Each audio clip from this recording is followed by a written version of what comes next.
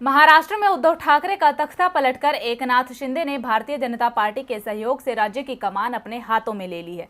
लेकिन सत्ता पर काबिज हुए शिंदे सरकार को करीब 25 दिन हो चुके हैं, लेकिन अभी तक मंत्रिमंडल का विस्तार नहीं हुआ है। तो वहीं अब कुछ ऐसा हुआ जिसके बाद सियासी बाजार गर्म हो चुका है और कयास लगाए जा रहे हैं कि बीजेपी और एकनाथ शिंदे के बीच अब दरार आनी शुरू हो चुकी है। देखिए ये रिपोर्ट।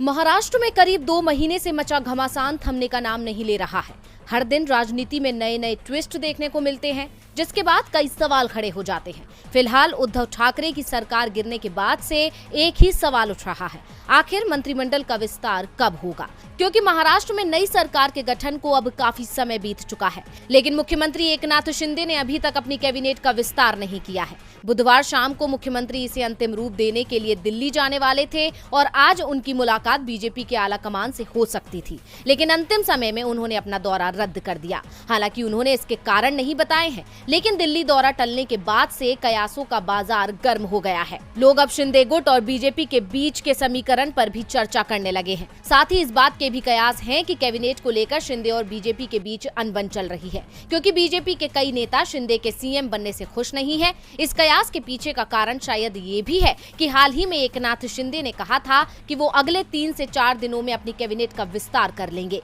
मगर बीजेपी से मुलाकात न होने के कारण कैबिनेट विस्तार फिर से चल गया। बता दें कि सीएम बनने के बाद एकनाथ शिंदे कई बार दिल्ली का दौरा कर चुके हैं। अधिकांश बैठक के बाद कैबिनेट विस्तार पर अंतिम मोहर की बात कही जा रही है और कहा जाता है कि शिंदे और फडणवीस जल्द ही मंत्रिमंडल का विस्तार करेंगे, लेकिन अभी तक समय नहीं मिला है। तो वहीं विपक्ष ने भी मंत्रिमंडल का विस्तार नहीं करने के लिए राज्य सरकार की आलोचना की है।